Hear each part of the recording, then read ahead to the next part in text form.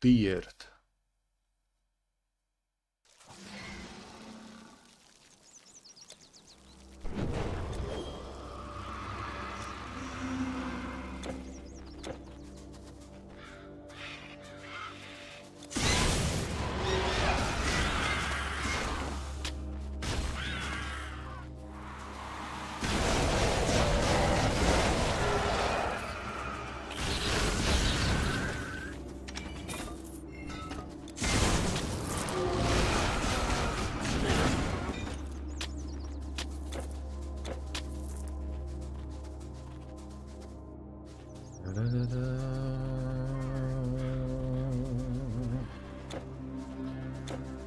Ay, ay, ay.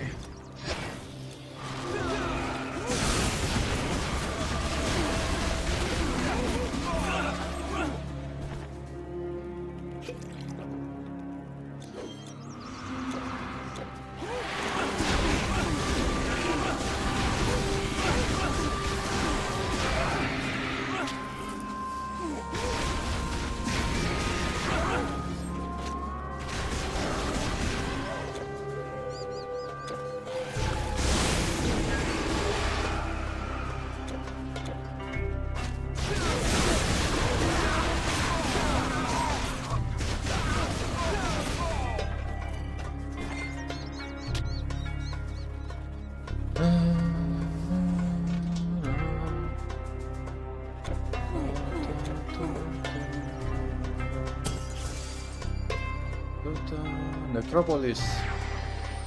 Hey Vigorfield, what is up? So, let's take a look at the new news. Hello Attila.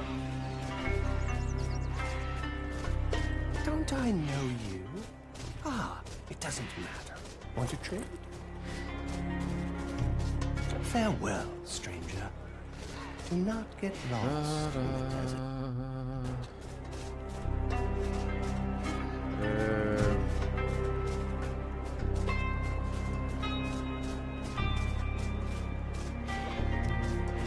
Here we have it.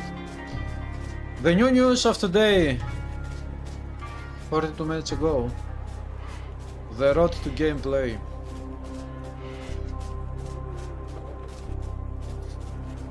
You are so excited for Titan Quest 2. Okay, I didn't read this thing. This is the first time I'm going to read it. I don't know what they are saying on this. I only copied this picture to make the thumbnail of the stream.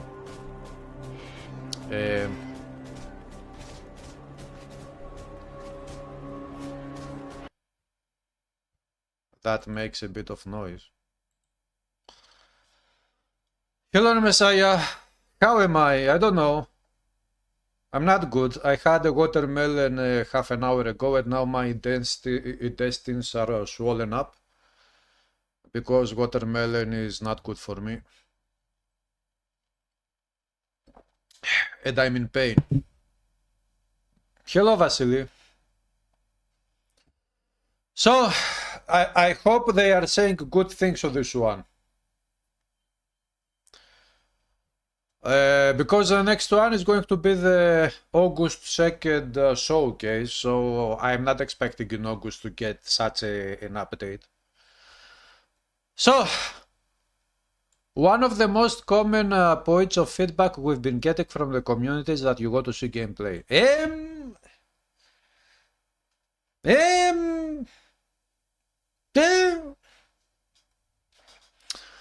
You won't have to wait much longer. Tune into the THQ Nordic showcase on August 2nd to see the first gameplay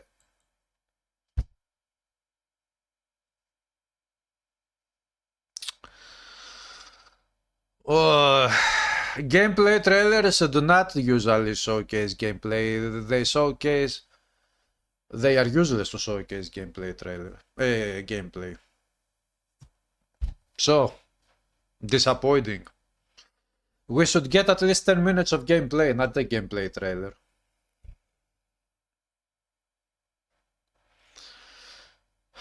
You will also be able to play Titan Quest 2 at Gamescom. Yeah, the 5-10 people that will be able to go there.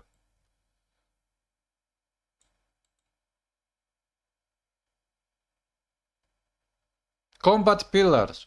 I'm disappointed now. Before getting to the meat of our article today, we wanted to offer more clarity on what kind of action RPG gameplay Titan Quest 2 offers that is deeply rooted in what the original Titan Quest offered. Okay. Titan Quest 2 is a classic style top-down action RPG game with a modern yet traditional take on combat. Go figure.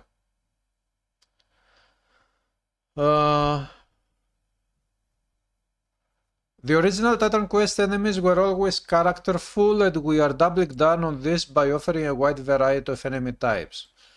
Stronger foes stand out with their hard-hitting abilities that you must answer in some form.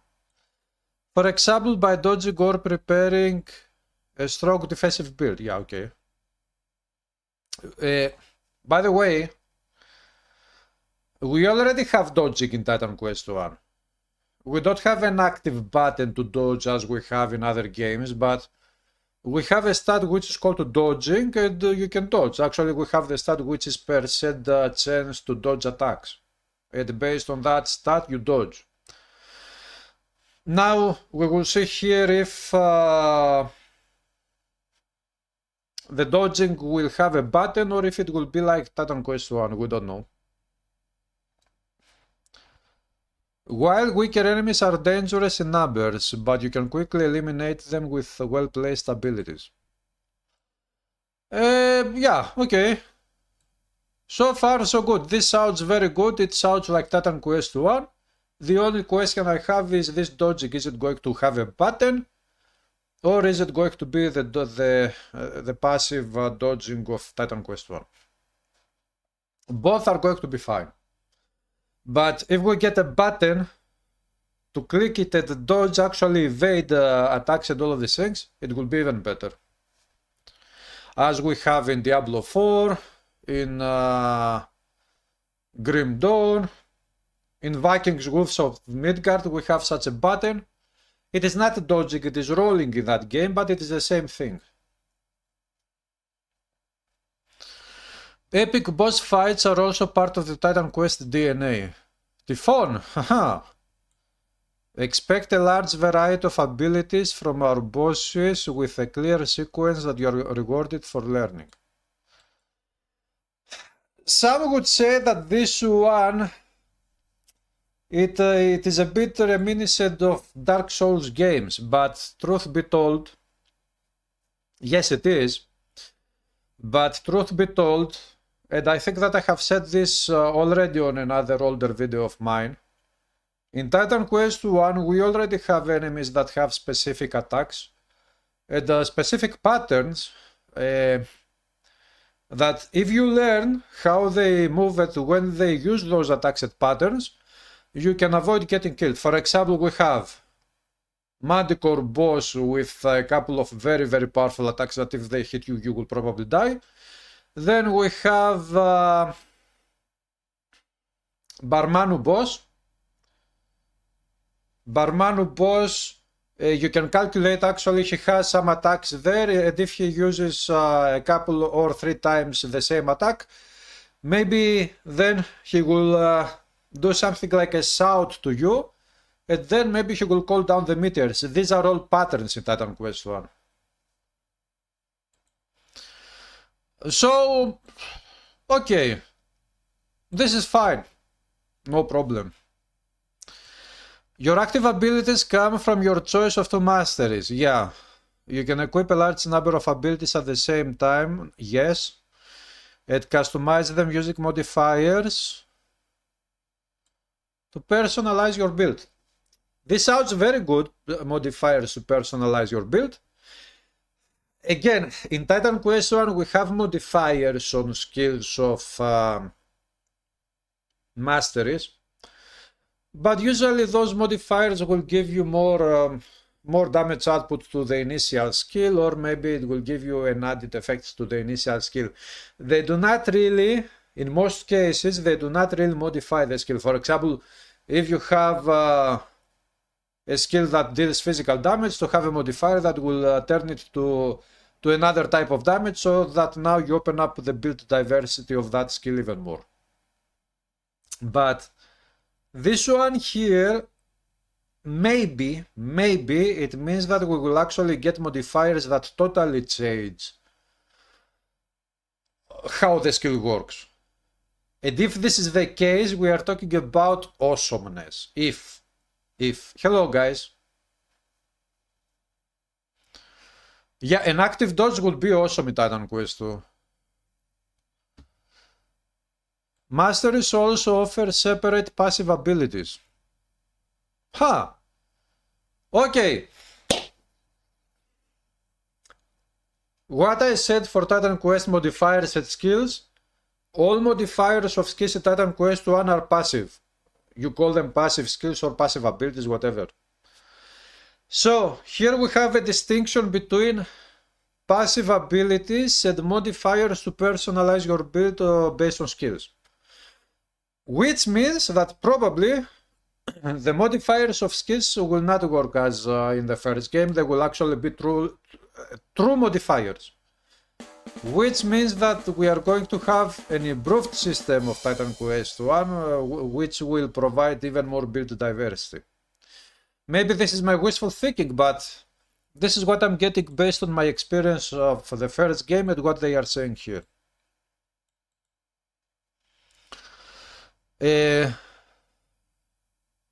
Passive abilities that will drive much of your power scaling.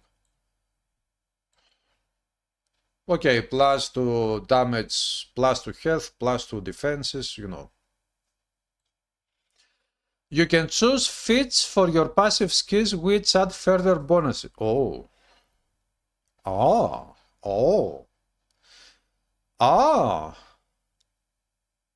Oh, this sounds very good. If these passive, these feats, as they call them, if they will be permanent, because maybe they could make it in a way where you could, how do we have the shrines or the special potions that we get from Eternal Labors DLC, or the scrolls that you use, they last for an X amount of time, then they wear off. If this fits for the passive skills will be actually permanent, when you select one for a passive skill, it stays there until you decide to replace it, then we are talking about a deep system. Because imagine, you will have active skills and modifiers of active skills, and then you will have passive skills and those feats, maybe we could call them modifiers for the passive skills. So this brings double the depth compared to Titan Quest 1, because as I said before, in Titan Quest 1 we have one skill and the skill has its own modifiers, maybe 1, 2 or 3 modifiers. This is double depth. Hello guys.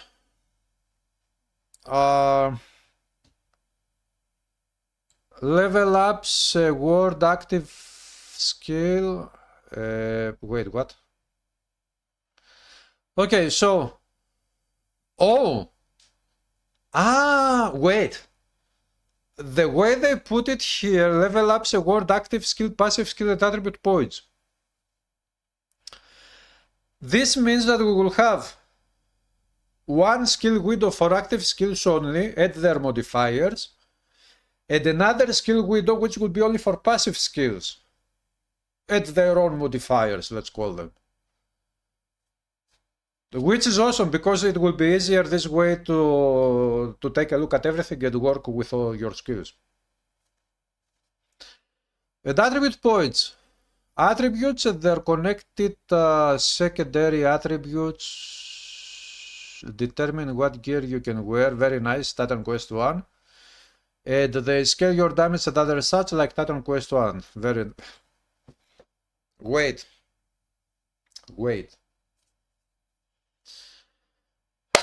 I have to say this.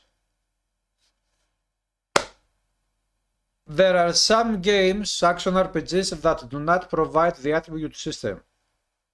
anymore, like Diablo 3. Big no-no, big failure. I'm very happy that they are actually here verifying that Titan Quest 2 is going to be a true sequel, at least when it comes to these mechanics. And it will have attribute points as we have in Titan Quest 1, because attribute points of Titan Quest 1 Anniversary Edition specifically, not the old Titan Quest 1, because with Anniversary Edition we have improvements to the attribute system over the old game. So, the attribute system of Titan Quest 1 Anniversary currently is one of the very best ever made in video games, in action RPGs of this genre anyway. If not the best, it is one of the very best. I would say it is in the top 3. It is much better than Grim Dawn attribute system,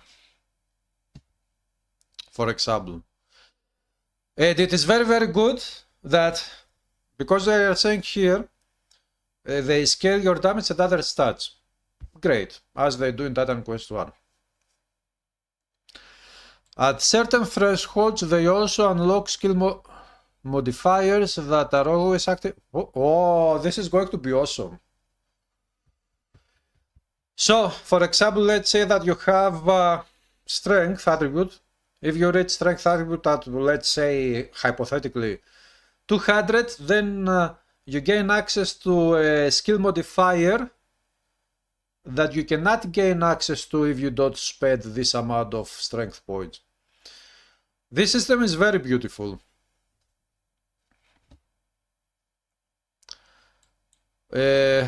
On death, the enemies that killed you and those nearby respawn at full power. No. Don't do that. This is a Dark Souls feature. This is not good. You respawn in the nearest hub, but teleporters are placed across the world for convenience.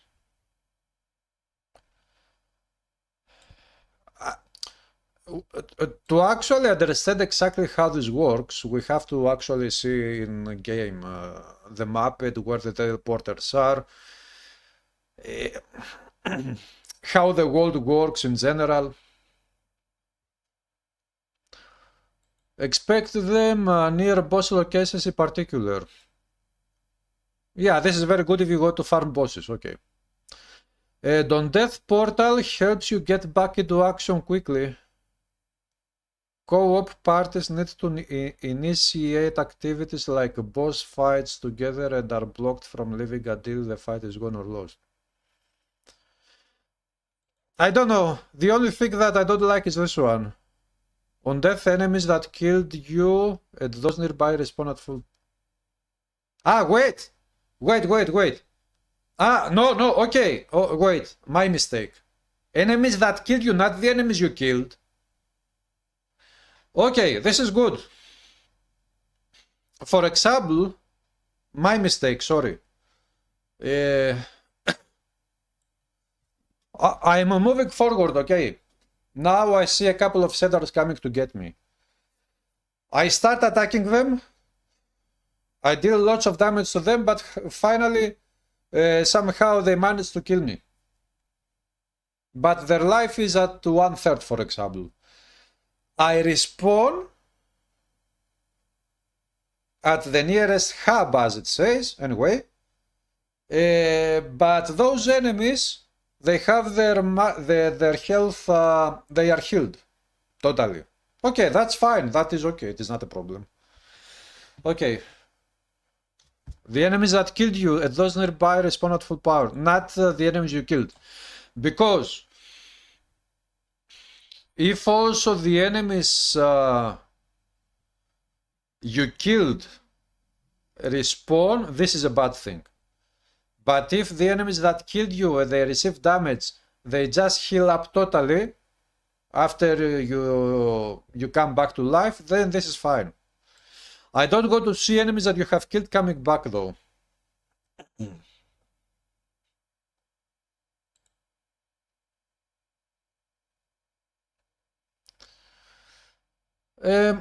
Okay, this is art style, it is concept art, it is not in the game. This is, you know, head drawn. Now, looting items and character styles.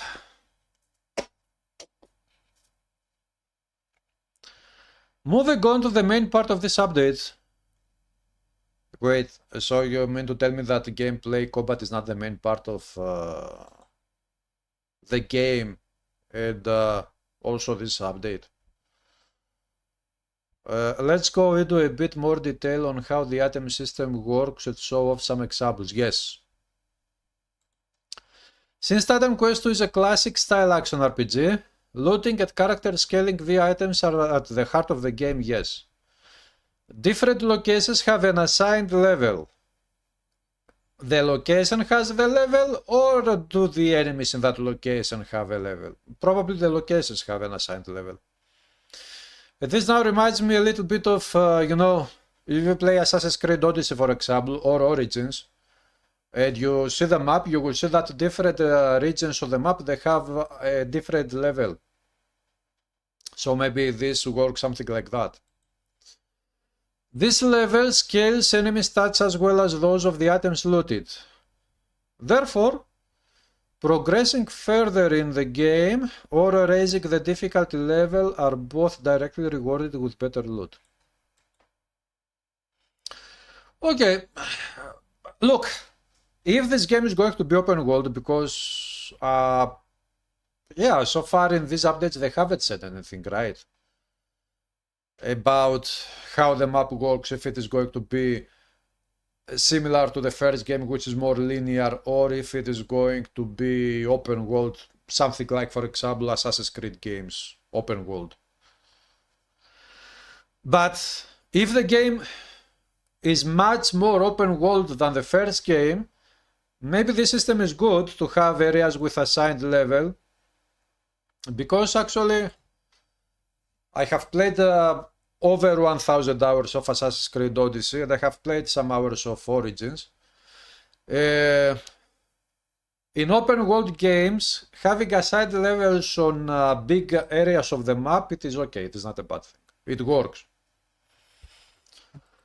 So maybe it will be okay. We will see. I don't know. We are offering the following equipment types: one-handed weapons, swords, daggers, spears.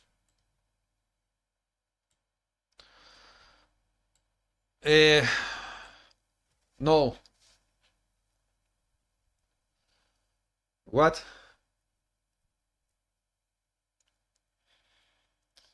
Where are the axes? Where are the clubs? Where are the maces? Dagger, sword, spears. This is perfect. But what? Two-handed weapons. Axes, bows, staves.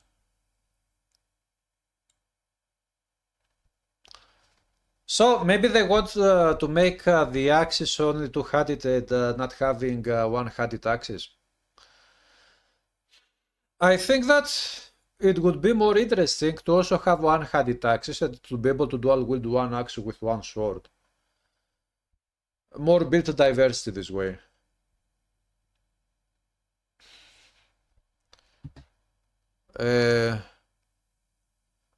Offhead items, shields. Only shields. Maybe it would be good to have another type of an offhead item, because especially for mage classes. Also, yeah, one of the things that Titan Quest 1 needed, not necessarily, but it would be very good to have, would be to have one-handed staves. Not the staves that we have, though. Wands, let's call them magic wands. And to have an offhead item that would be useful to mages. Now, I don't know if the developers want to keep the type of items as much close to reality as possible, because, okay, in reality you don't have mages holding an off-head item like a book that provides stats to the mages in real life. You don't even have mages to begin with. Maybe they are trying to be very, you know, to be very realistic on this matter. I don't know. Armors, helmets, shoulder guards, capes, bracers, leg guards. Okay, very nice. 1, 2, 3, 4, 5. Good enough. I think that the amount of item slots we have in Titan Quest 1 is perfect. You don't need more. 2 times rings amulet. Potions, energy and health potion. Okay, we have potions coming back. This is very good. What is this?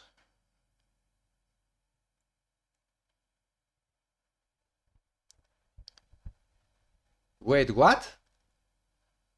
Okay, this is a sword. This is one-handed axe. Here it says one-handed weapon, sword, spears, daggers, two-handed weapons, axes. And here we have one-handed axe. What is happening?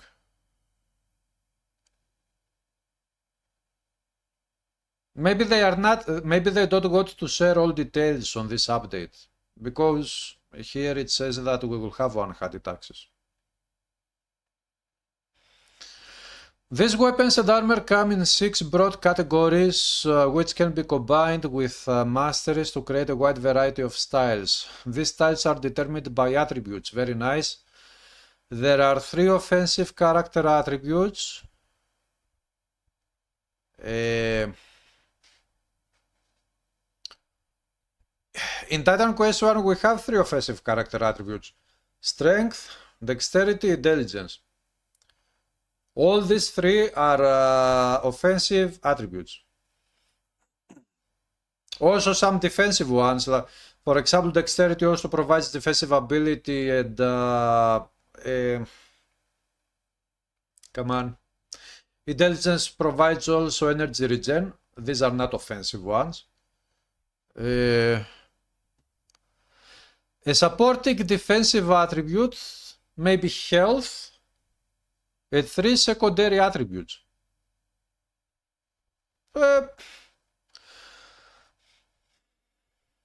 Whatever. They are... Why am I theory crafting? They have the attributes down here. I need to drink my coffee. Might. Good for powerful, aggressive styles. Using heavy armor and weapons unlocks damage related skill modifiers. Might is strength of Titan Quest 1. Knowledge. A more tactical minded, perfectionist or scholarly style unlocks scale or utility related skill modifiers. Intelligence of Titan Quest 1. Agility, which is dexterity of Titan Quest 1. Suited for characters with quick eyes and reflexes who like to outplay their opponents, unlocks speed-related skill modifiers. Aha. Vigor, which is health, maybe, or vitality, whatever. Governs health and tenacity, as well as overall capability. What is that? Sometimes it is enough to be tough, yeah. But overall capability? Resolve, a secondary attribute fueled by your might, knowledge and vigor.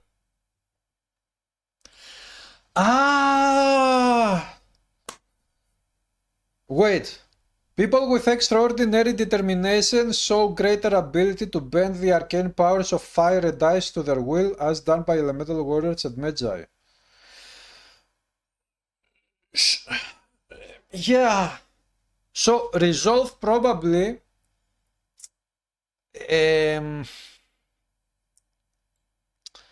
fueled by your might, knowledge and vigor. Maybe this is an attribute which works under the synergies of might, knowledge and vigor. So if you combine, for example, you want to make a hybrid build, and because this is what it is talking about, hybrid builds, and you got to spend a specific amount of points on might and knowledge, probably on health to be alive, you know, all of these things. then the resolve can work in combination to the result maybe coming out of this combination here of these three. This is going to be very good for hybrids. This is for hybrids. Attila, we don't know anything about classes in Titan Quest 2. We know nothing about this thing, so I don't know.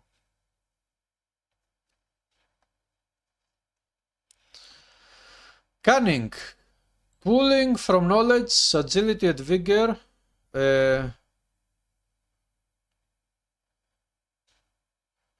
This is a secondary attribute that gives access to both assassins with poison daggers and druids controlling the weather. Huh. Okay. If they are saying druids controlling the weather, this means that we will have a druid class. We have in Titan Quest 1 druid, which is nature mastery and storm mastery, as far as I remember, is druid in Titan Quest 1 class. Fitness! Oh! This is for us bodybuilders! No! A combination of agility, might and vigor with obvious advantages for anyone who wants to deliver physical pain. Maybe... Yeah, anyway.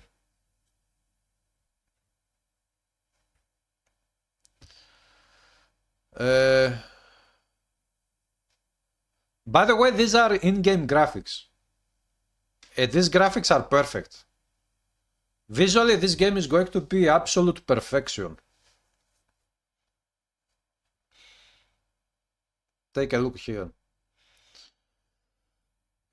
Attributes and their secondaries together create a highly flexible system that allows you to, for example, split your attribute points across two offensive attributes, thus focusing on the damage types they both contribute to, and enabling gear and unlocks for both attributes. Of course, you can also choose to focus on just one attribute for high values in its related damage traits, and rush for the modifiers unlocked there. But your choice of items may be narrower as a consequence. Yeah. But this is normal. I mean, in every action RPG game that also has an attribute system, if you go with a specific investment in specific attributes, you cannot use every type of item. You have to use specific items that rely on those attributes. This is okay. It is normal. It is nothing strange. Pairing all this with the ability to respect both attributes and skills. Respect attributes and skills. In Titan Quest 1, we have only respect of skills unless you play the endgame dungeons nowadays and you are lucky enough to get the respect poses of attributes in Titan Quest 1. But to do that, you have to work very much on that game. And, but having this respect both attributes and skills more accessible, it is even better. We make a strong commitment to respecting your time as a player and allowing you to shape your character the way you want to. Though this will require some work and experimentation on your part. Yeah, okay. Potions don't get emptied and discarded.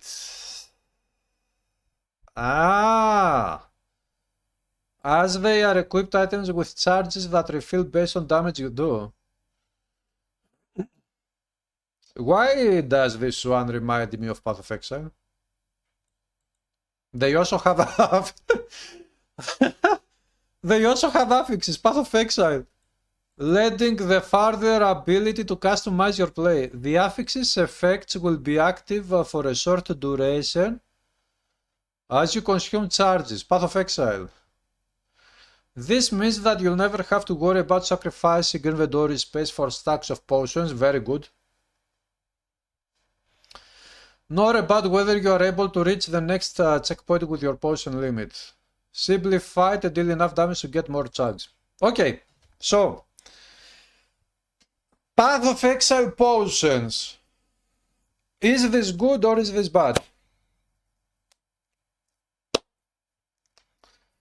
What we are actually seeing with this is the most important update ever. What we see here is that they are trying, at least, because we haven't seen in game how these things work, to be sure that they work very well. But anyway, they are trying to improve every single aspect of the game over the prequel, over Titan Quest 1. So not only do we get more depth on the skill system, which is again similar to the first game, it is 2 masteries based, but now we have probably 4 times the depth in the skill system of this game compared to the first one. But they are also improving the attribute system very much and the potion system very much. Now the question is, have you guys played Path of Exile, and if yes, do you like the potion system of Path of Exile or not? Personally, I would have hated if the game Titan Quest 2 had a healing system similar, for example, to Diablo 3, which is totally different with potions. I'm very happy that we are getting potions in Titan Quest 2. Now, what this system is going to do is to bring even more depth in the game. And because I have spent about 400 or 500 hours overall on Path of Exile, I like that game very much. And I have played you know, with the potions of Path of Exile. Also, I have played Warhammer 40k Inquisitor Martyr. That game has a potion system, which again, you do not pick up potions, or you do not have the style of potions of Path of Exile. You have one potion that you refill by attacking enemies doing things like this, or by having some skills, passive skills, whatever. But you can actually change the affixes of those potions. And the different affixes, they provide even more depth to your builds. So, whether we like it or not, I mean the potion system of Path of Exile, it is one of the best ever made for potions specifically. And even if we get on this game exactly the same potion system as a Path of Exile, 100% copy, I will be totally happy. I don't care. Because it will help the game become much more interesting and much more depth. It will be awesome.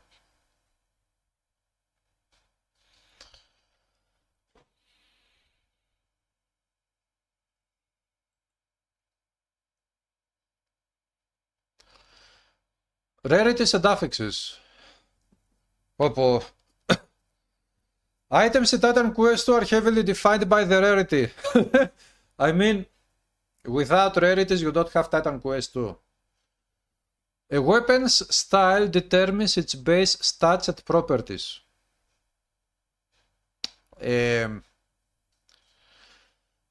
Yeah, okay. Well, for example, Titan Quest 1 you have bows. Bows have usually they have 25% pierce ratio.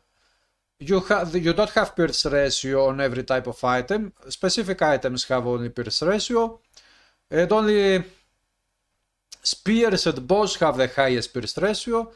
You also have swords that have pierce ratio, but it is about 5 to 10% or 15. So this is a Titan Quest 1 feature here. But the number of affixes differs based on rarity.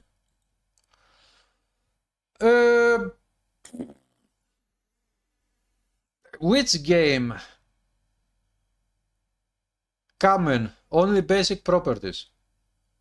As in Titan Quest 1.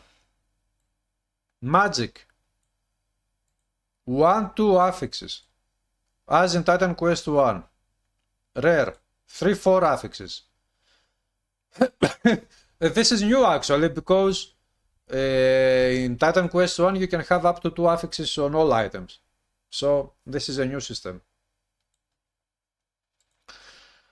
Infrequent. Oh, we have master frequent items coming back. Awesome. I mean, without master frequent items, this game wouldn't have been a Titan Quest game. 2 to 4 affixes and the special inherent property. Okay, guys. If the gameplay is going to be what it should be, this game is going to be the fucking very best. I will start breaking stuff now. I mean, I can already see the improvements over the systems of Titan Quest 1. We are talking about huge improvements here. If they will work as they should be working. Unique. What? Completely custom properties. What do you mean?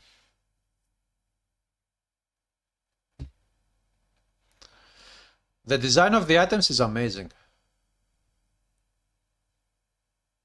Oh. Do you remember, guys, I have said before on the stream that my top favorite item design, I'm talking about the icons that you see on items in the inventory mostly, that I have ever seen in action RPG games like this style, Diablo-like games, has been Diablo 2. Still to this day, Diablo 2, in my opinion, has the best looking items as you see them in the inventory. The design, visually. Why? Because those items, although they are fantasy items, many of those items are very heavily based on real weaponry of ancient times. Now, these items that we see here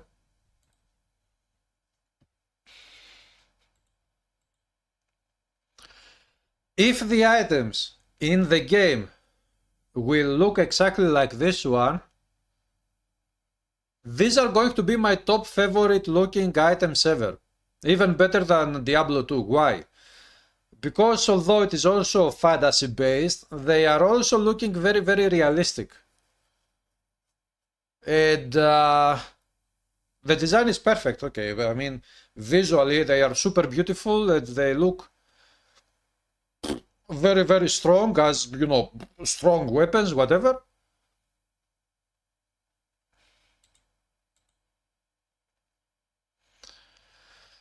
Supreme design.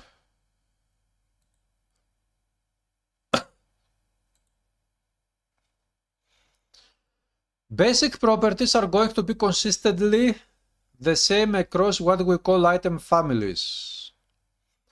A loose grouping of similar item styles, which we spread across the world so that you can get a different look based on where you looted your items from.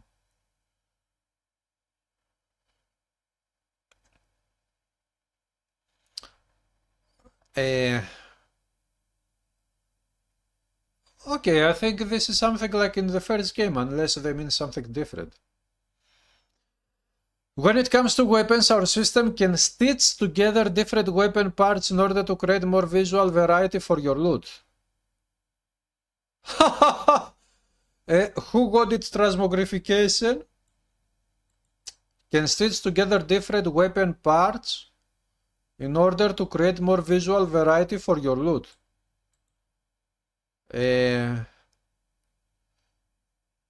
This is probably you can change the style of one weapon to look like another weapon, unless they mean something different.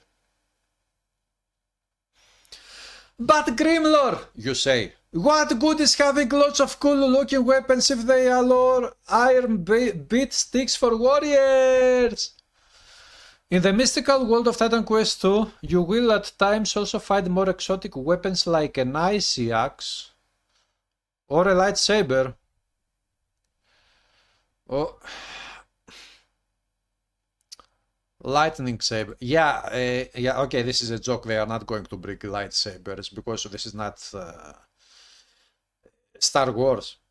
In any case, this will have more varied damage profiles at the base level, without wasting an affix for all your battle magi out there to really take your weapon builds off the beaten path.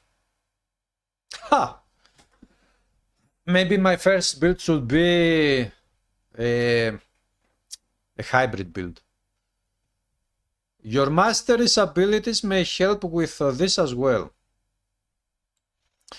These shiny items aren't considered unique in our game's framework.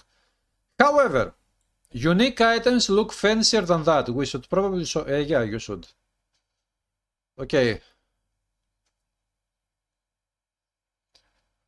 This is a staff. This is a horn attached on a staff.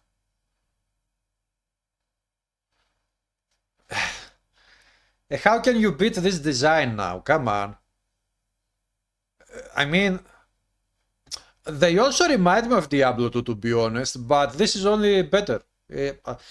I mean, if they get inspiration from Diablo 2 art style, it is only better for the game.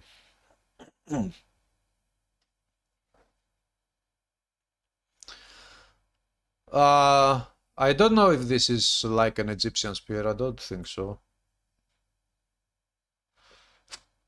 Oops, excuse me.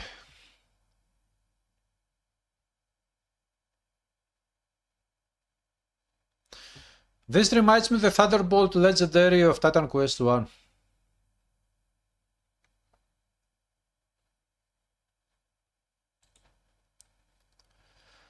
Where it all goes. Okay, that's a lot of items. Hey, wait. They said nothing about legendary. So, we don't have legendary items, we have...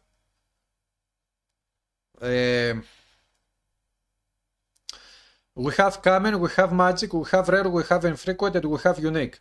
In Titan Quest 1, both blue items and purple items are unique. Actually, technically, they are called unique in the game engine. But blue items that are unique are epic items, and legendary items that are...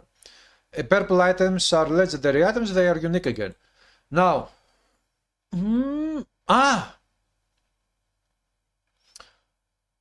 They also said nothing about set items. Huh.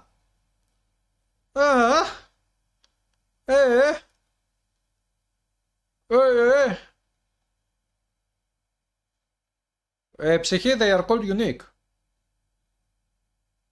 In the game engine, if you go and you check out the items, are they called unique? They are unique, they have the U. The U means unique.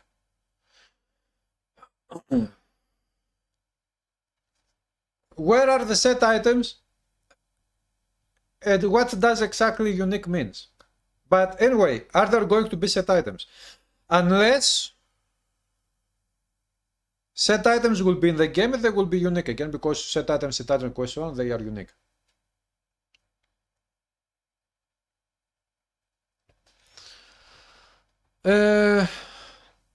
That's a lot of items and you got to have your cake edited too. We get it, cake is great. Oh, you know, nowadays with this heat wave, it is better to have an ice cream, I mean cake. Oh, the caravan system works quite similarly to the original Titan Quest, nice, but we heard you need a lot more space. Buying chests... Buying chests will act as a bit of an in-game gold sink, nice. No real money required, we don't do that here. All of you who have been wondering, and I have been telling you since the beginning that you shouldn't worry about this game having microtransactions, because this company anyway, usually they do not make this type of games. Right now, zero. It is forbidden for you right now with this sentence here. You are, I forbid you from ever thinking again that there are going to be microtransactions in this game. You don't have the right to even think of that anymore. Period.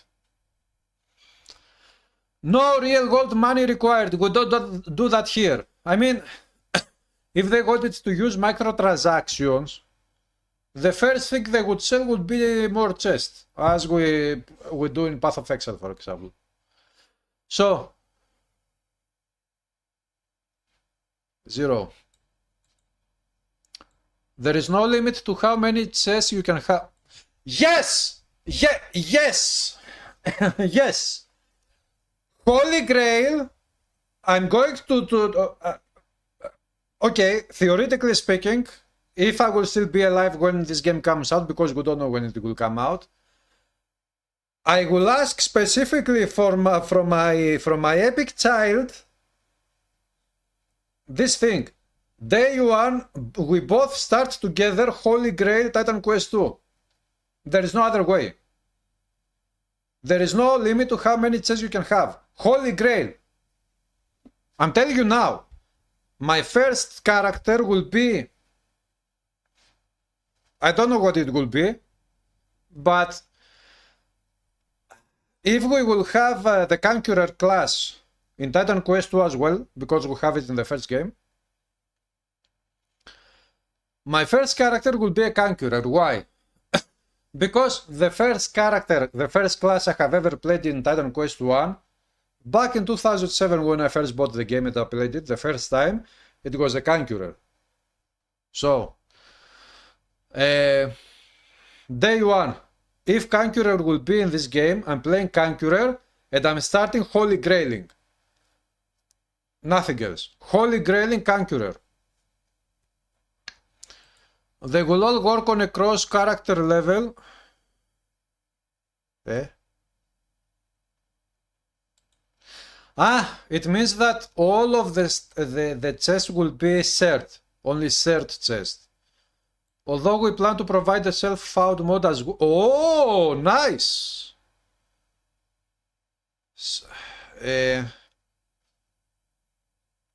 To allow you to isolate your character if you wish. Yes! This is perfect. A perfect idea. Because maybe somebody would like to play solo self-found, which means that that new character will not have access to the previous items you have picked up with other characters. This is a great idea. Organize your chest with icons, colors, and names, and you'll have a pretty solid setup with... yeah, okay. These developers are the best. Please, just don't fuck up the combat system. This game is going to be the best ever made. Holy Grail Day 1. I'm calling it now. That's all we have for now. We are very much looking forward to hear your thoughts on your first glimpse of Titan Quest 2 gameplay. Let's hope that several of you reading will be at Gamescom to experience the game first hand. Yeah, okay. Some lucky people will be able to go there.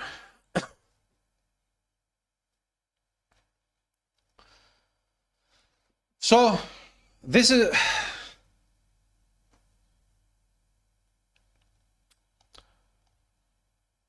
This update is awesome, totally awesome. But... Where is it?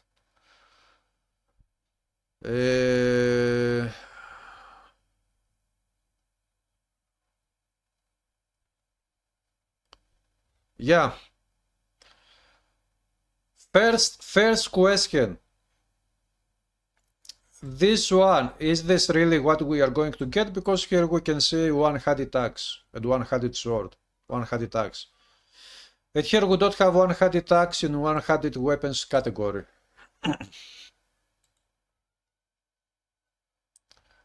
But probably they don't want to give all details of the game yet. This is why. But if there is something that truly disappoints me on this blog, is this one. Tune into the THQ Nordic Showcase on August 2nd to see the first Titan Quest 2 gameplay trailer. Come on, 1 minute of gameplay is not gameplay. We actually need to see gameplay. Make it 5 minutes. And don't mix up gameplay with cutscenes of the game or whatever outside of the gameplay. Pure gameplay. If it is going to be a trailer, at least 3 minutes, but pure gameplay. This is very disappointing because if it is a gameplay trailer, it is now I will have to sell one of my kidneys to buy tickets and go to Gamescom in August 25 to play the game.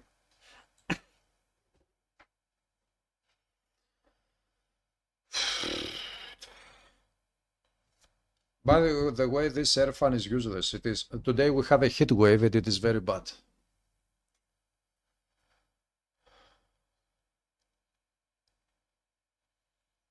Psyche, usually gameplay trailers of all games in general, they do not last long. They are about 1 minute something. This is why I'm saying 1 minute. It doesn't say 1 minute here, but it says trailer. The trailer is not gameplay video, it is just a trailer. All trailers are very short videos. Whether it is gaming trailer or movies trailer, whatever.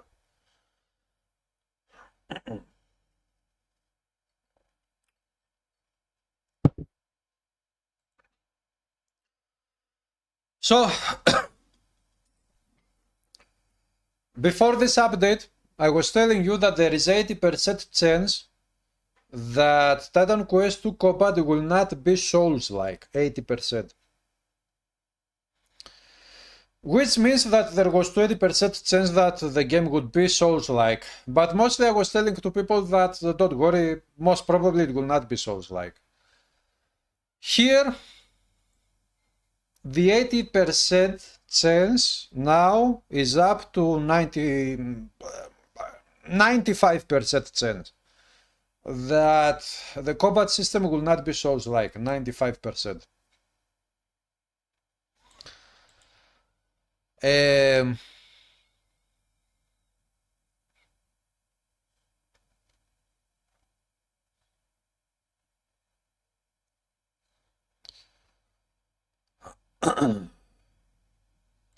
Yeah, Psyche, about enemies respawning, here it says the enemies that killed you respawn at full power. It doesn't say enemies that you have killed respawn, which means that some enemies killed you, you respawn, but if you have dealt damage to those enemies, now their health bar will be totally replenished. This is what it means. But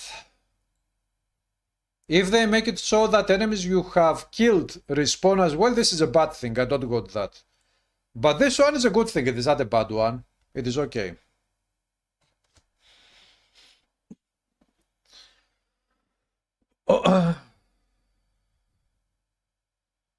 We have seen many times trailers about 10 to 20 minutes. I have never seen such trailer.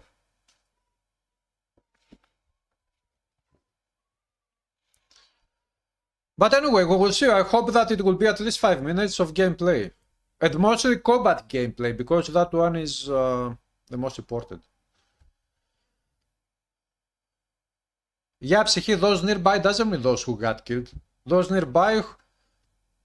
So if you have dealt damage to a couple of enemies, a huge amount of damage, and a little bit of damage to enemies nearby, they will all have their bars filled back to maximum again. This is what it means.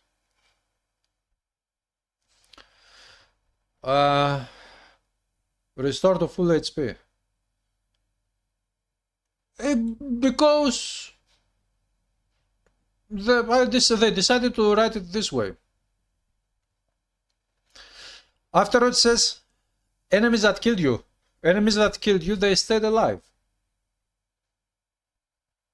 It doesn't say enemies that have been killed by you. So, although they could have both ways, also enemies that you have killed to respawn, As I have said, I will be disappointed if they do that. If you have killed enemies and you have damaged enemies, then you have died, and when you respawn enemies you have also killed respawn, I will be disappointed. But enemies just having their life totally restored, it will be fine, no problem. So yeah, my biggest questions now would be this one, to actually clarify if what it says here is what I have understood. This one, which, because here we can see this in-game character holding the one-handed axe, it is probably not the final version of what we will get.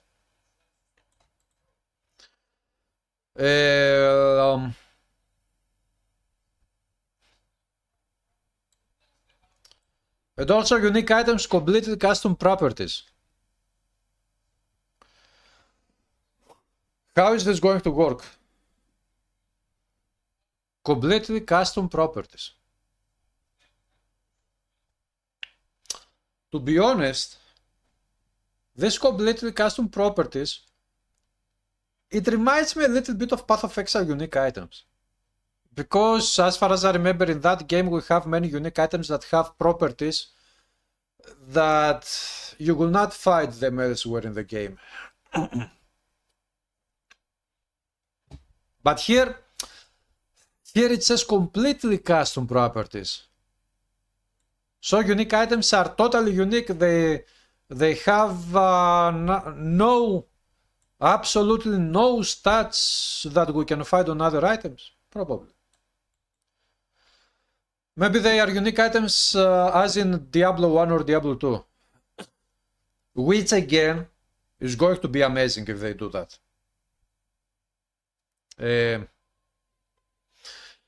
Also, they are saying absolutely nothing about sockets, socketable items, charms, and relics and artifacts. But maybe, okay, maybe we are asking for for too much detail. Maybe we will have this type of items, but maybe they will reveal them in the future.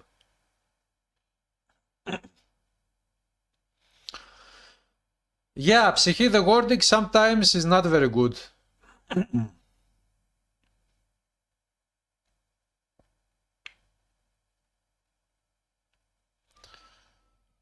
There is no other item except Tracker's Hood called Tracker's Hood with Tracker's Hood stats. Boy, Unix having completely game chasing mechanics is too much. Don't you like it? I think it is nice having this type of items.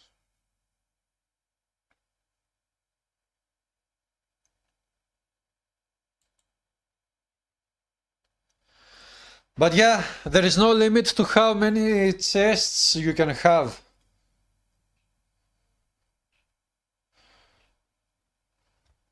Day 1 Conqueror, if it will exist, and Holy Grail.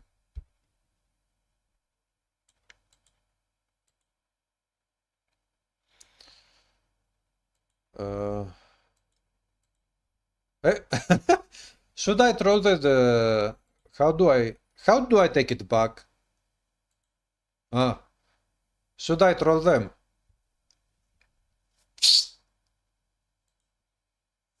And by the way, this is the best update ever so far. Let's troll them. You love it, your expectation is not for Titan Quest for every unique to be like that. It doesn't need every unique to be like that. If we have 100 uniques and 20 uniques are like that, I'm totally happy with that. Psyche, I think that the chest that it says down here, it will be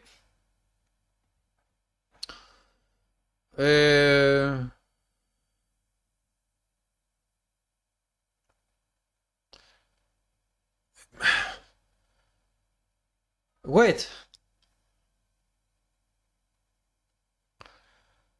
Caravan system.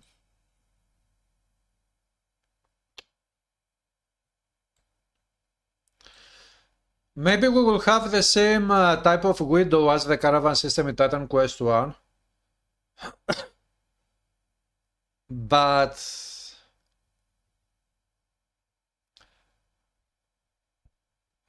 when you open up the window, okay, let's go in the game and I'll show you. I will try.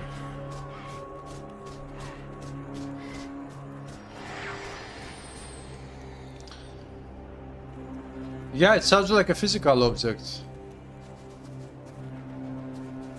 Very fine crates. So, keep your goods safe. maybe when you open up the caravan, maybe we have only one, like this one. And when we open it up, we have icons here of chests, and we click on an icon and one chest opens up and one chest is this one, for example. One storage area. And then you have a button to click on the other chest and the other chest opens up. Maybe it is something like that. Because I can imagine having physical objects on the map. I mean, because it says there is no limit. What will you do? Will you create a whole city of chests on the ground and you will go back and forth to try to find the right chest, to remember the chest where you put your items? Or maybe instead of saying storage area, maybe these pages will be called chests, maybe. And you'll be able to name the chest. Your goods are safe with us.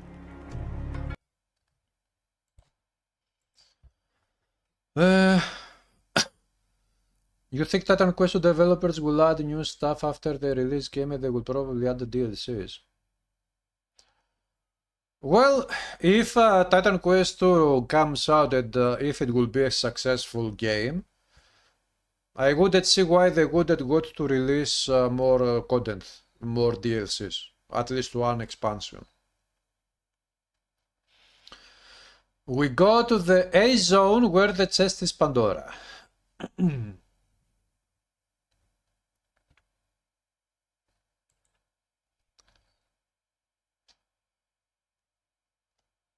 Yeah, you're correct. Two-handed weapons would not have swords and the daggers. We don't have two-handed daggers. Can you imagine? Maybe there will be two-handed swords and maybe they will talk about these things later in the future. Because here they say one-handed weapons, they don't have any axes, one-handed. But here we can clearly see an one-handed axe.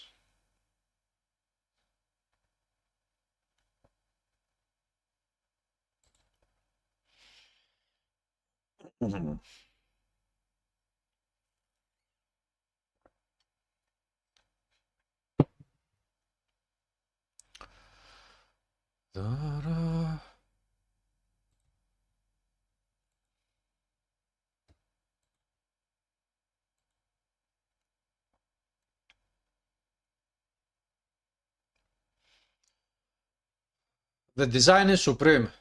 Very, very good. Yeah. I mean, currently, Last Epoch, in my opinion, has the best stats system ever made. And if Titan Quest 2 stats system is very similar to Last Epoch, then it will be equally best.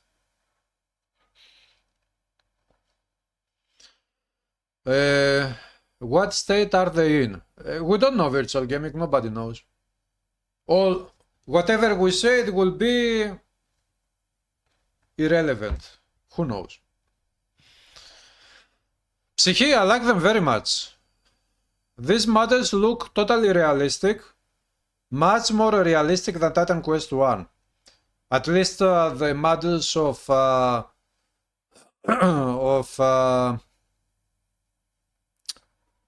the characters that we will be using, and also probably some human NPCs.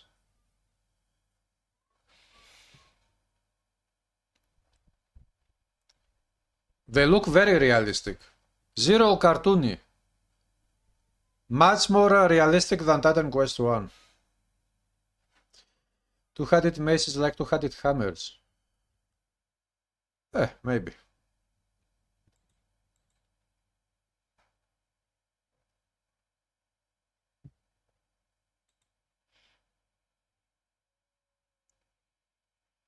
Now I'm going to sneeze.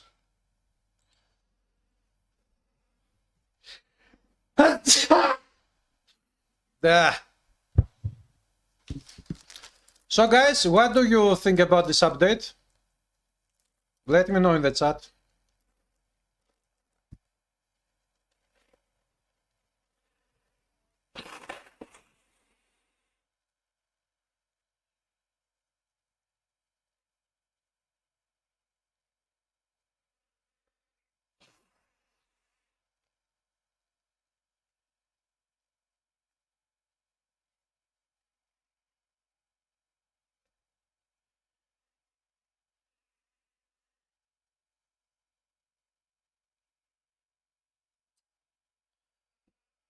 Oh, very hot.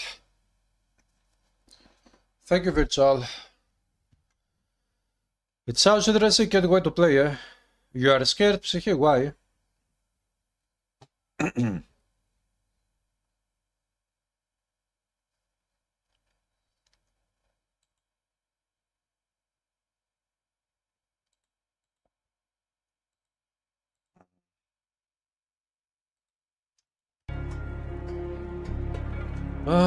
They need a good multiplayer, not like Titan Quest 1 Grim Dawn.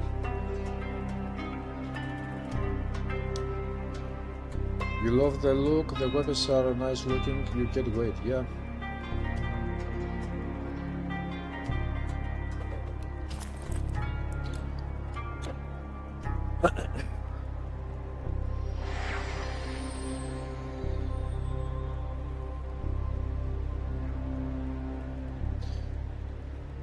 A multiplayer lobby where people can group up in a game. We will see if there will be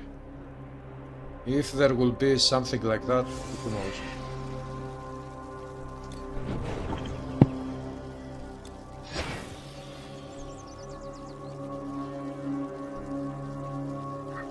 Oh, very hot. I don't know, maybe I should stop streaming these days because of the heat waves. It's very hot.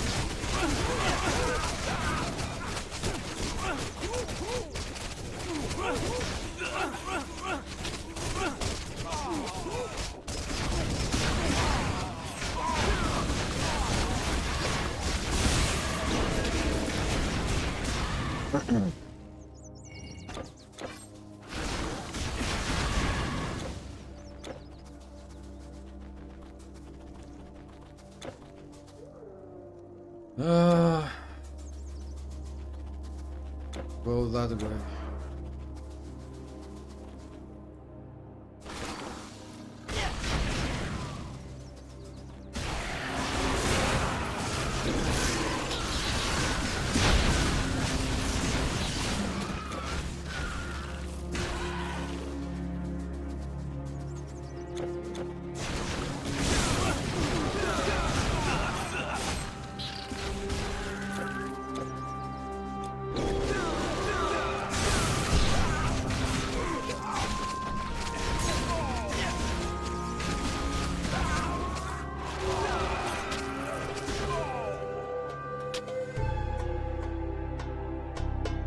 You mean nowadays with Discord and all you can find some group to play? Yeah, but there is a specific type of magic when you have in-game lobbies, as in Diablo 2 old game at least, where you can actually go in-game and find other people in-game to play with. It is much better than having a forum or Discord.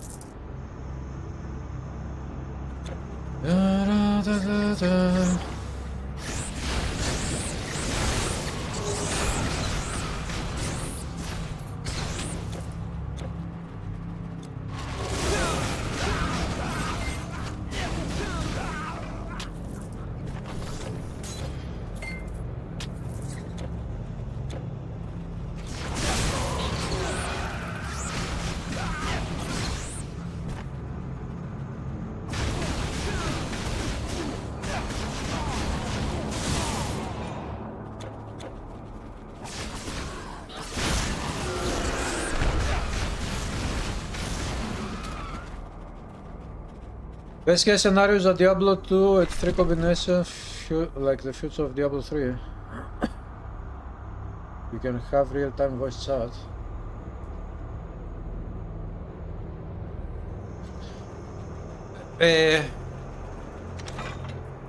This game already supports voice chat.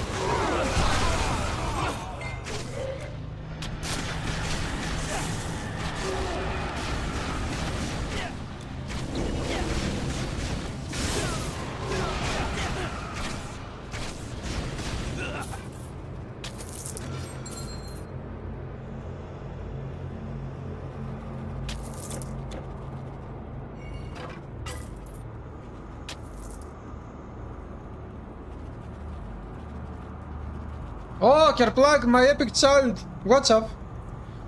Will I attend Gamescom? No, not really.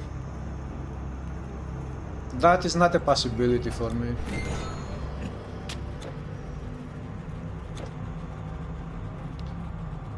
How about you though?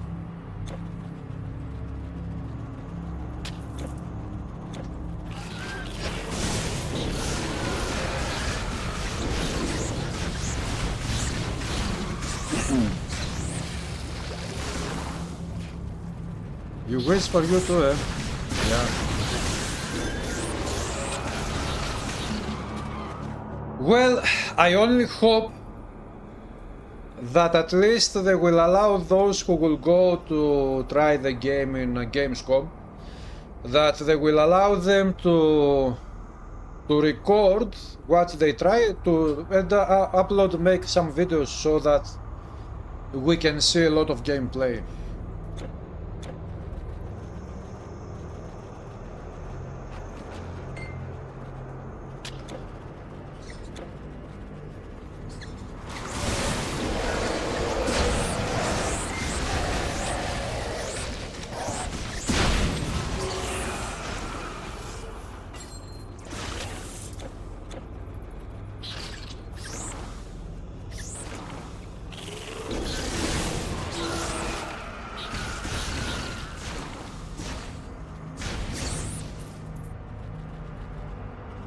Hello Clownos, what's up? I should go. Yeah, Clownos, if you want me to go, give me 1,000 euros and I will go.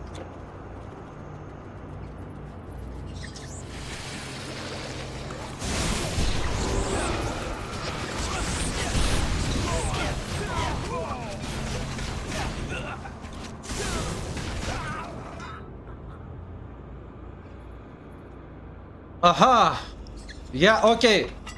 Look, Kerplunk.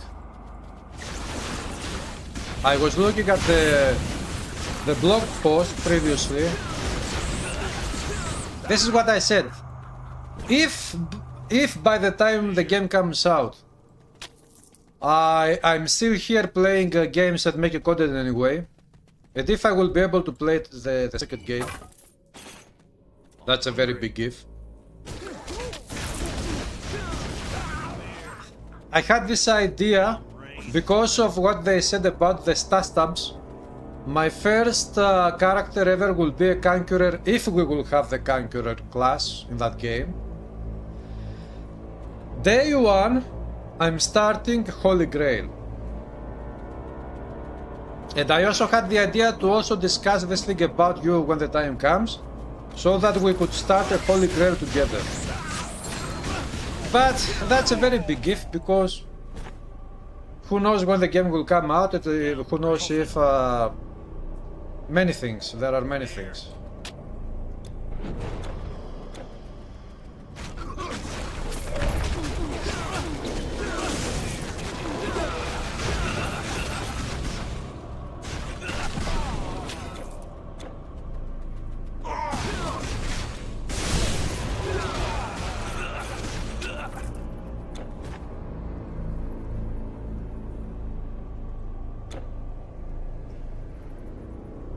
We should meet up at Gamescom and give the ultimate TQ stream.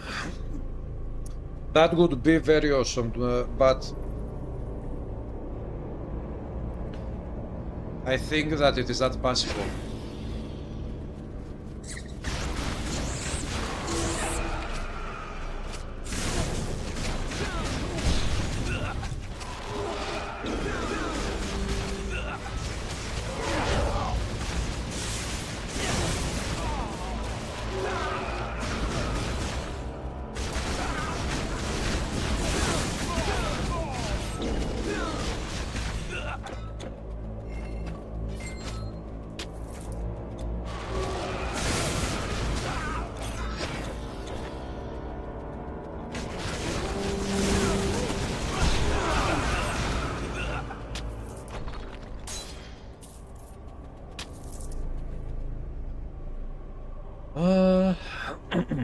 Will I? If you give me 1,000 euros. If you give me 1,000 euros, I will also buy tickets to Kerplunk, my epic child, to also come there and do an epic live stream together.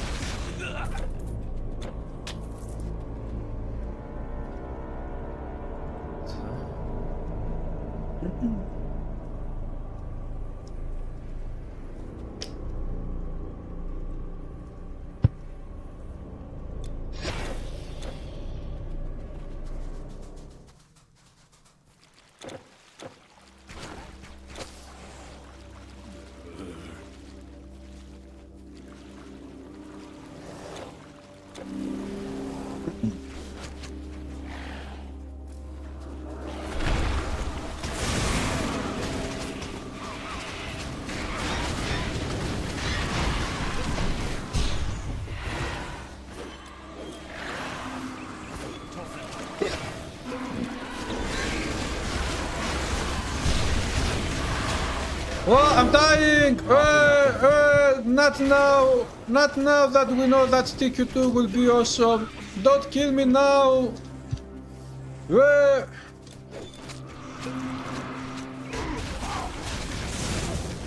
Actually, now I cannot focus in the game. I'm thinking about Titan Quest 2. I'm thinking about the possibilities.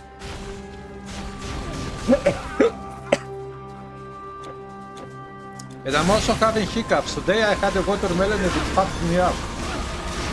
I'm not eating a watermelon again.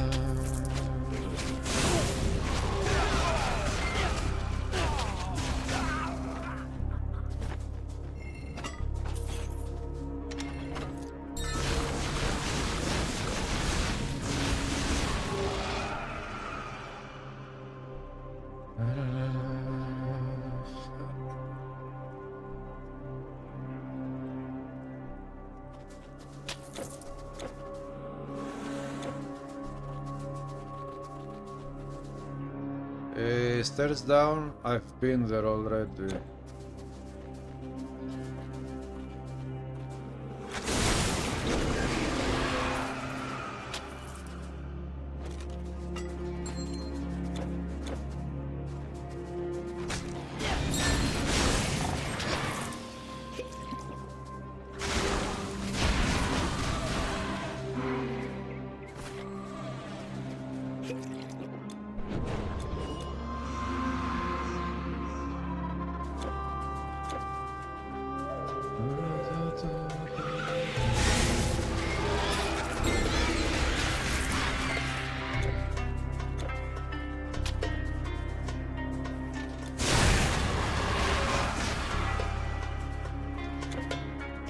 Oh, a hidden place. You come here, Nile Valley. This is it.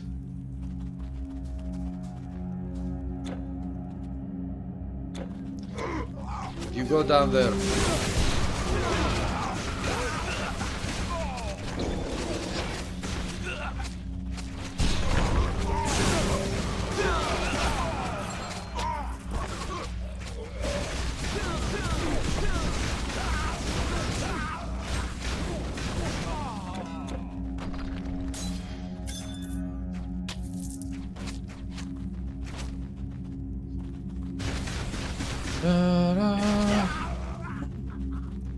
So guys, are you excited for Titan Quest 2 now after this update?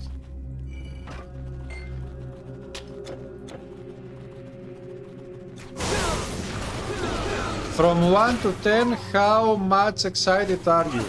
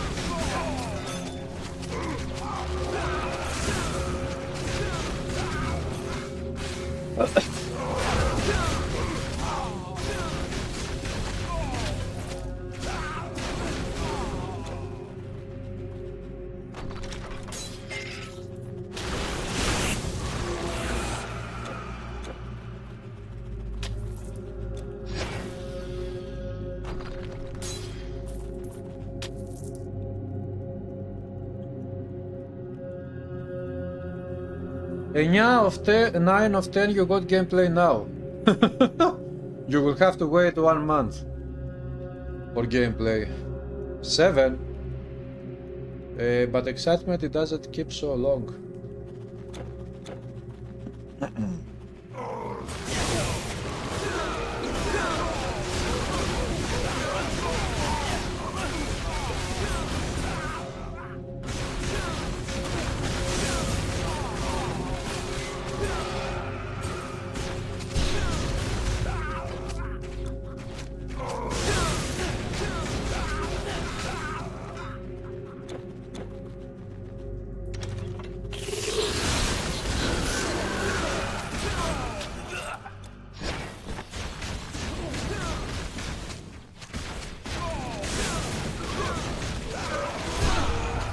Hello, Ioanni. I'm okay, how are you?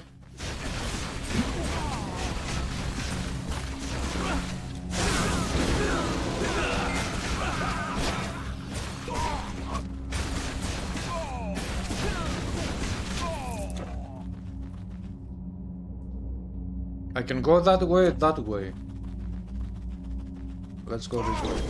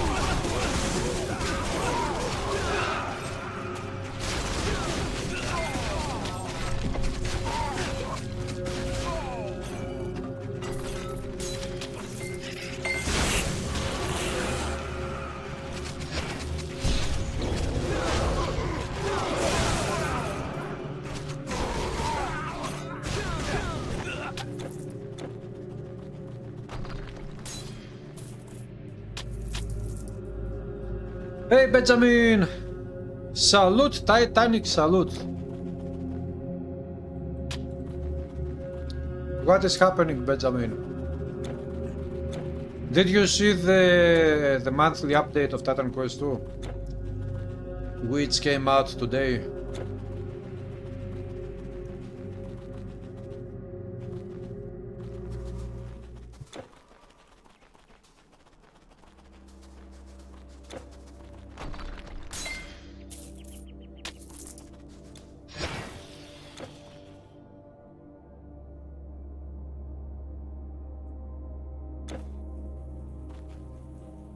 Not yet.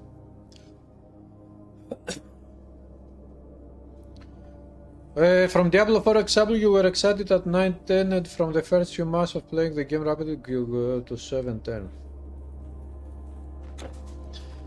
You keep a small basket.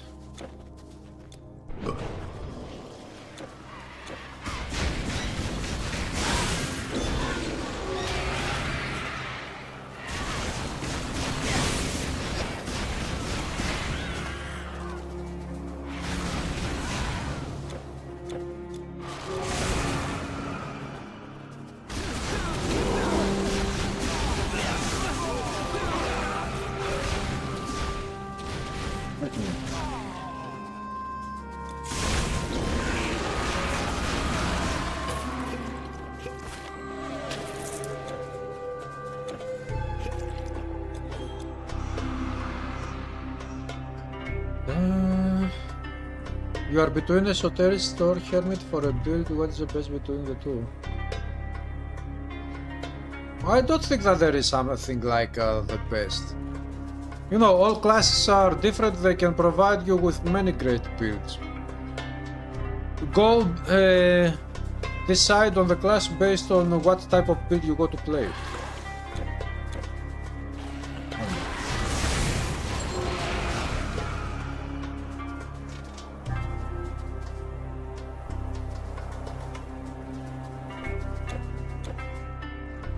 What do I expect from Titan Quest 2?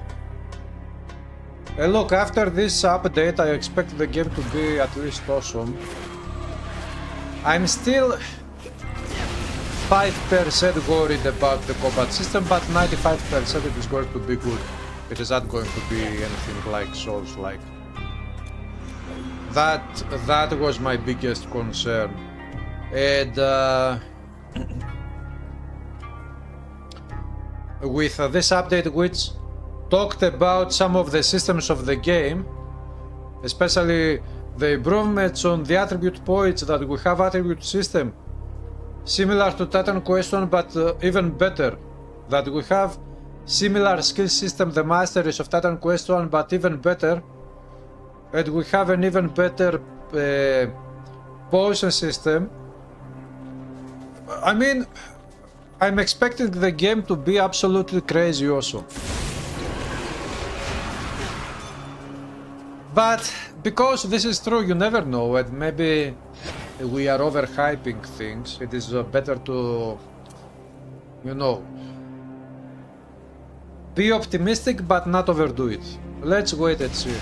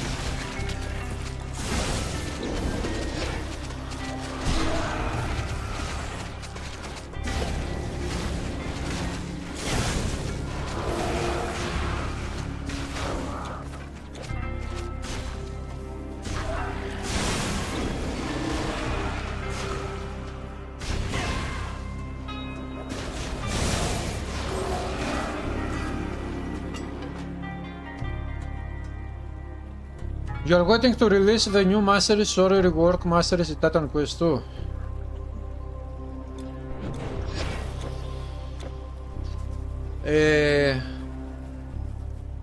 Do you want the masteries of Titan Quest 1 and the skills to be also in Titan Quest 2, or do you want totally new masteries and skills?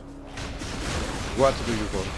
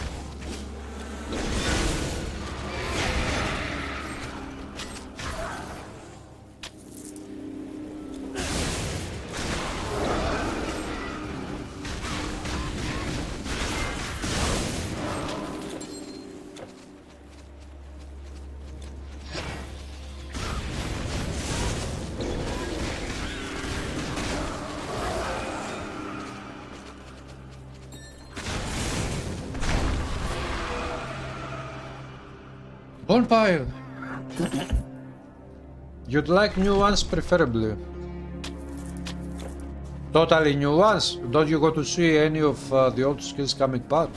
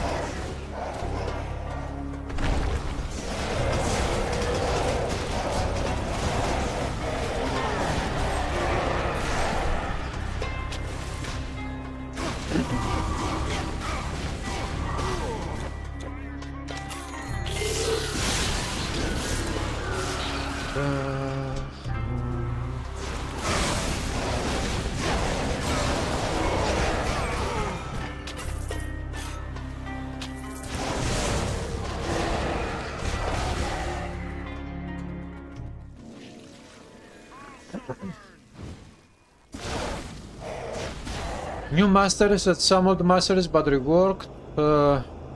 You got to be a small connection between Titan Quest 1 and 2. Yeah, okay, Titan Quest 2 should feel like a sequel to the first game. Not necessarily on the storyline of the second game, but as a game it should feel like it has a prequel and that it belongs to a specific franchise.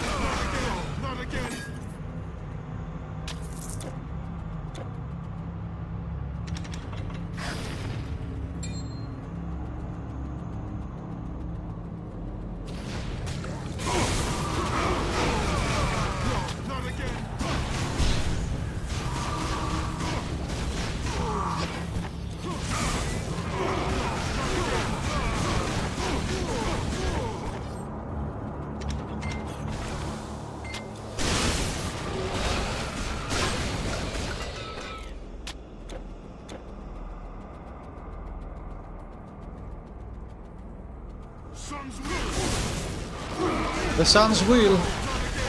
Don't we have an epic amulet in the game called Sun Will?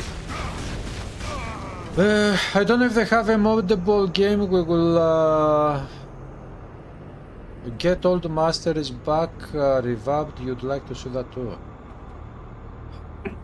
Yeah, about mods,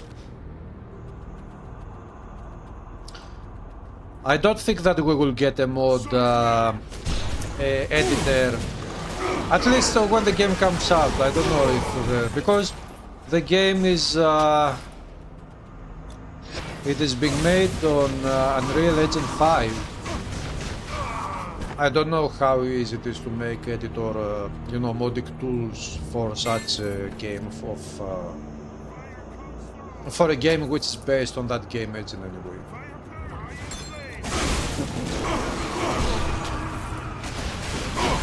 So who knows?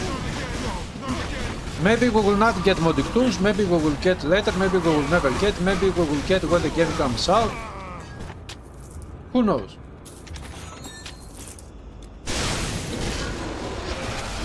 But to me personally, mods are not important in Titan Quest 2. What is important is first, the game to be awesome, and second, it's super crucial, the game to be bug free as much as possible and to not have a similar type of bugs as in Titan Quest 1.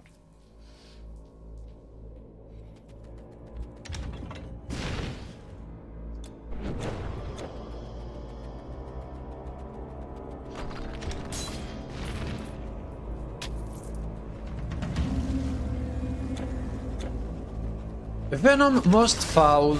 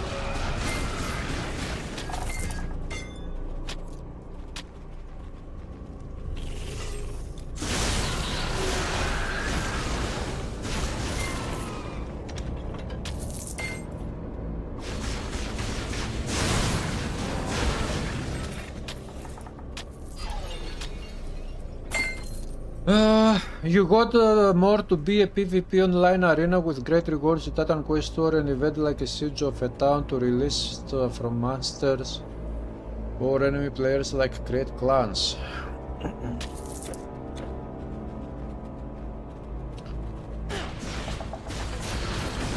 Yeah, I think that so far they haven't said anything about, you know, any details about how co-op is going to work in that game. I guess that is to come in the future, not yet.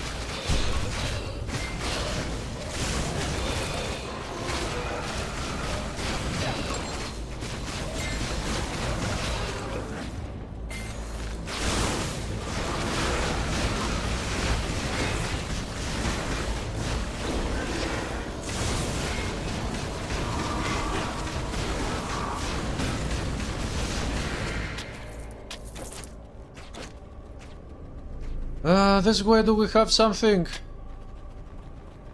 I didn't. The update is live, Rage. You can read it on Steam.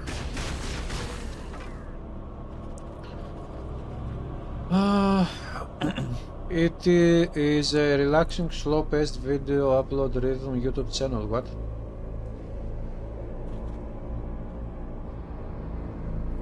What are you talking about, Viggerfield? You are doing your first Titan Quest run, you found some weird purple keys at the diaries. The diaries are just for you to read them, they are nothing. Now, the purple keys, if you are talking about those items that look a little, that are square items, and they are called keys of whatever, those keys are for you to unlock the doors for the endgame dungeons. So you keep the keys in your inventory or stash, and if you go to play the endgame dungeons later, you use the keys to unlock the doors.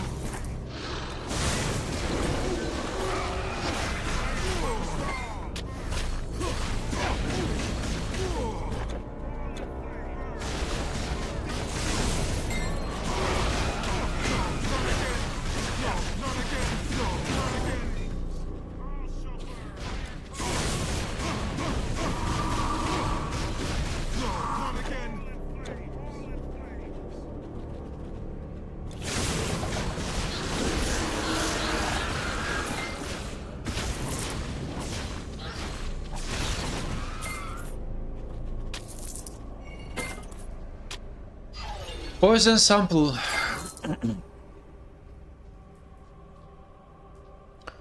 Will it be free like Poe 2? No, Titan Quest 2 will be paid buy to play. Why should it be free?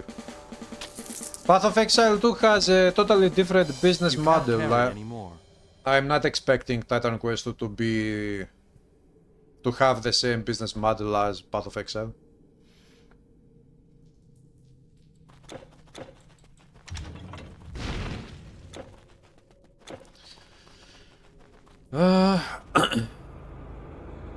Do you have to calculate the damage for your class like in Poe, or is the tooltip accurate? How do you calculate the damage for your class in Poe? And which tooltip are you referring to exactly?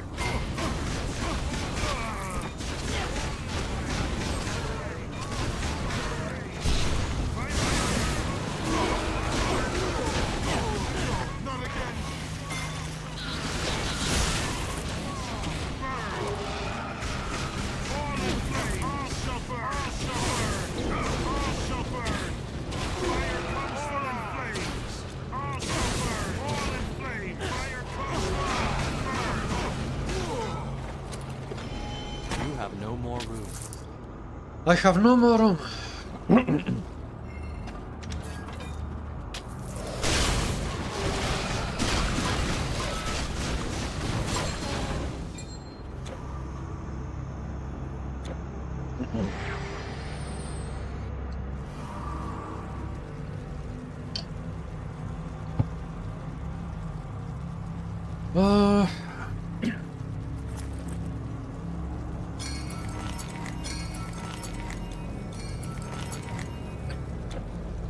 You never know, but I don't go Titan Quest to be free to play.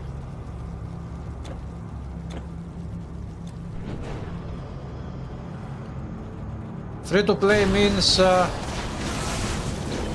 microtransaction. And Titan Quest 2 will not have microtransactions. So it is not going to be free to play, thankfully.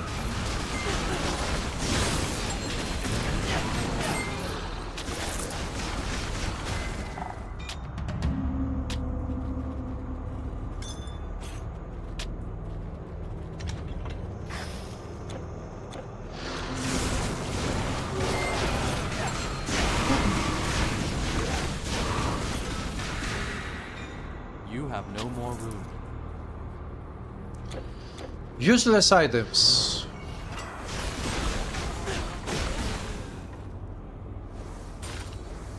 With a third-party tool. You don't need to do that in Titan Quest.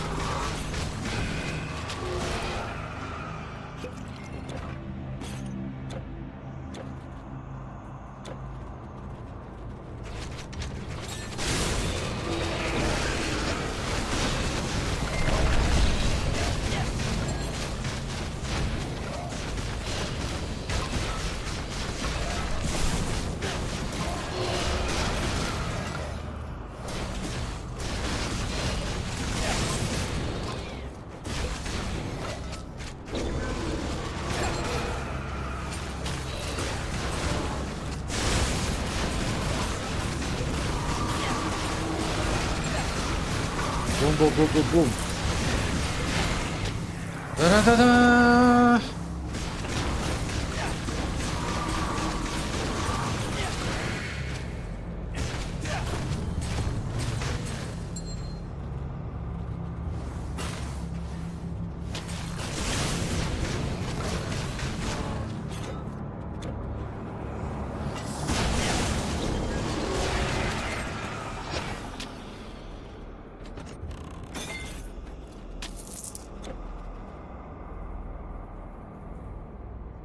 I can go down there.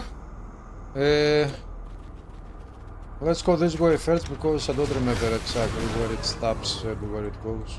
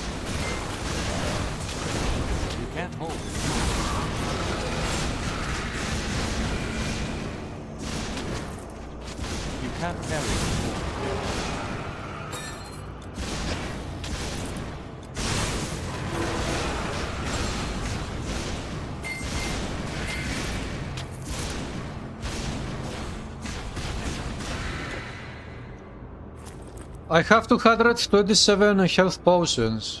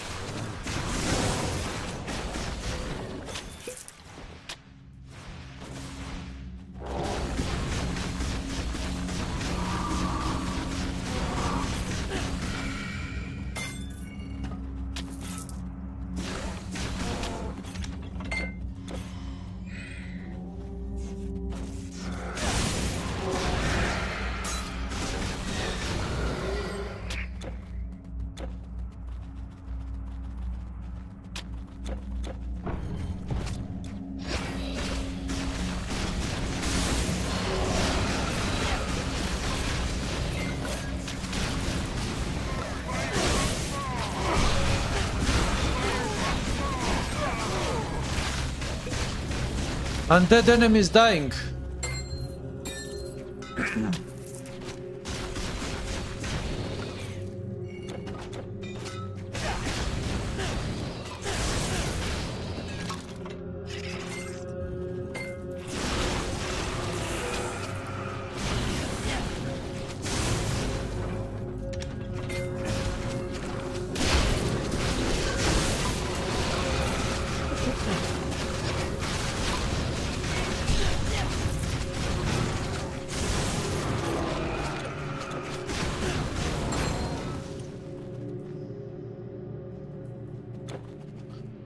Useless bow. Ah, could I go that way? I don't know. Let's go this way now.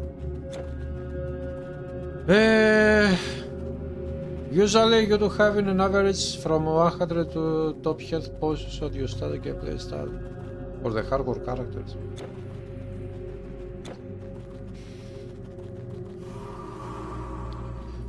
Well, usually when I have so many potions I sell them, but now I will have to go back to sell them.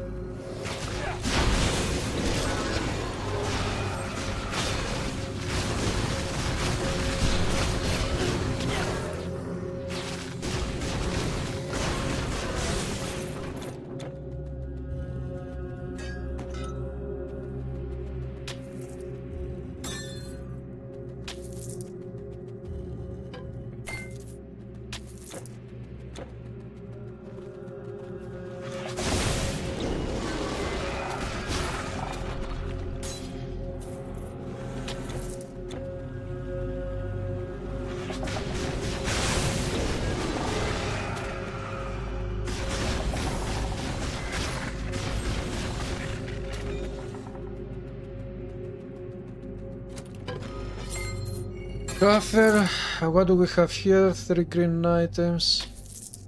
Freezing stuff of Jin-chan. You can't hold anymore. Yeah, I don't have space.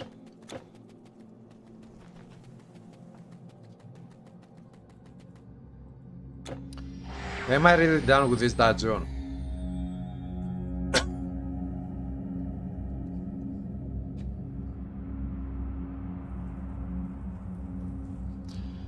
Let me see how many antidotes I have picked up. Come on. Load up the game.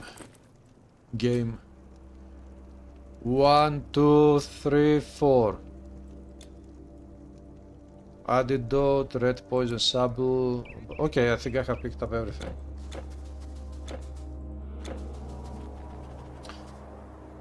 We cannot go this way.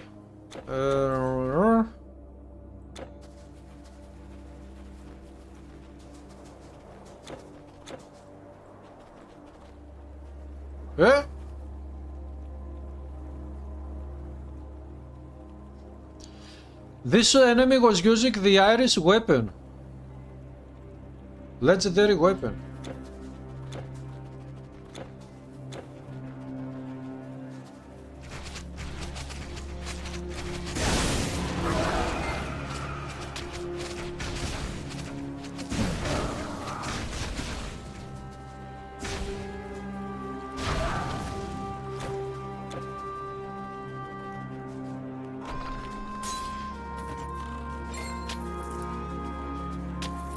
Where is that lazy boy? Oh, That hello. lazy boy. Boy. I'm going to sell these things. Yes, yes. Come again.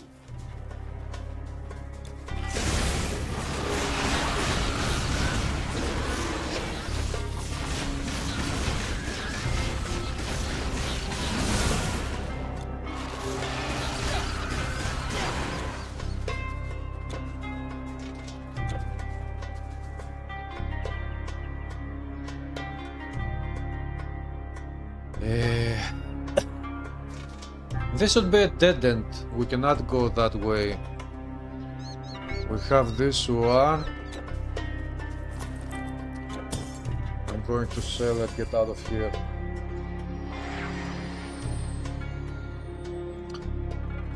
You started Earth-Nate done. Ah, you got a fire damage stuff. Fire damage stuff, a very good one.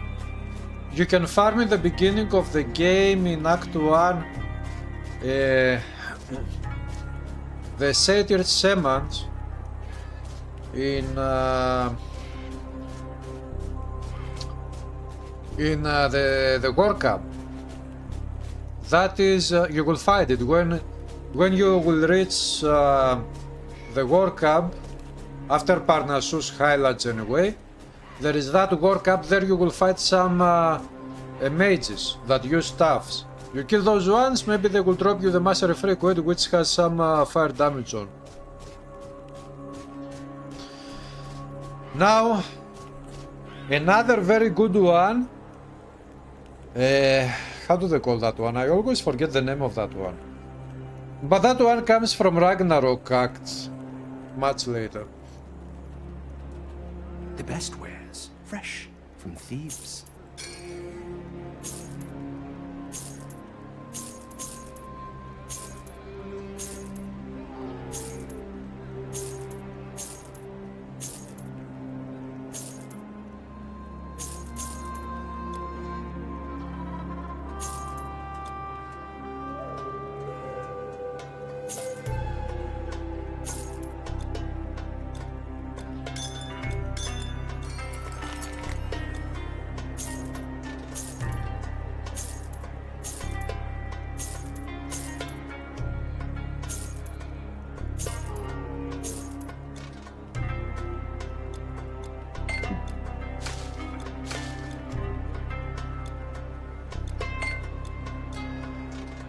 That one goes there. What is this one?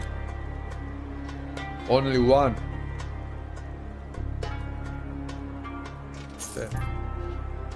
I mean, I'm not even using these potions of eternal levels. So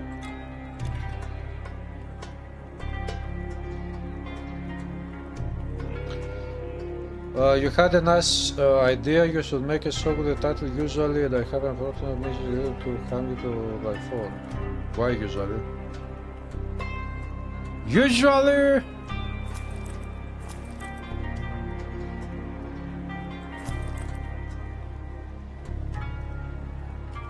Huh. Relentless hatchet of nothing. Ra's blessings. Yeah. So guys, I will stop here for tonight. Today we have a heat wave. I cannot really... I was actually thinking not to stream again today, but anyway. I'll be back tomorrow to stream again. Unless something unexpected happens, whatever.